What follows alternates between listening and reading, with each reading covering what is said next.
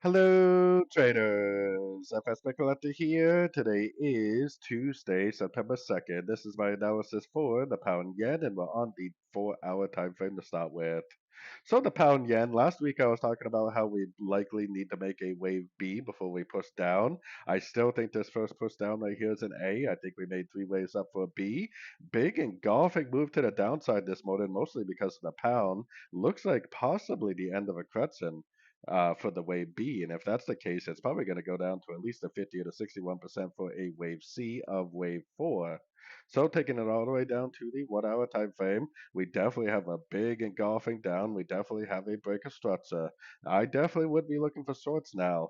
I definitely wouldn't be trying to go short right here. I would definitely have to have patience and wait patiently for a proper pullback.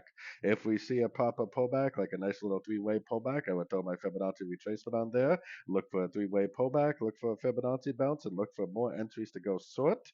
Like I said, don't try to catch a falling knife. Wait patiently for a pullback and before you do take your next short. So anyways, don't forget to check out my website linked over here in the corner. And as always, thank you for watching and happy trading.